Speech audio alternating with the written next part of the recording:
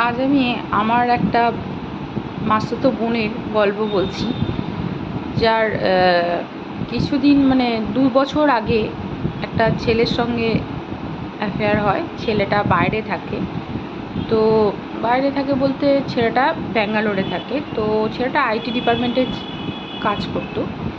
তো ওর সঙ্গে একটা সোশ্যাল মিডিয়াতেই একটা চ্যাটিং করে একটা আলাপ হয়।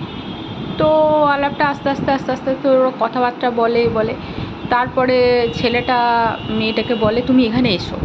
তো মেয়েটা ছেলেটার কাছে যাওয়ার জন্য প্রস্তুতি নেয়। মেয়েটার অবস্থা খুব একটা ভালো না।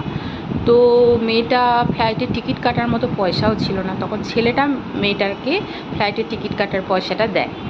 তো যায়, ওখানে গিয়ে বিয়ে হয়। তো বিয়ে টিয়ে হওয়ার পর ২-৩ মাস থাকার পর ওখান থেকে